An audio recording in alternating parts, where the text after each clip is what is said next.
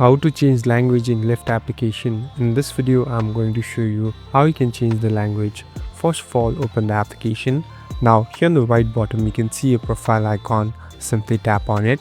So these are the profile settings. Here you'll be able to see settings. Simply tap on settings. So these are the settings interface.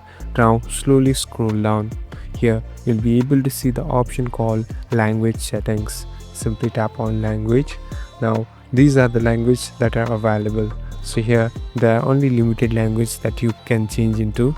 So simply tap on the language that you want to change into. So here I'm tapping on one. Now again tap on OK. So you can restart your application and the whole interface will be completely changed. Thank you for watching this video. I hope this video will help you.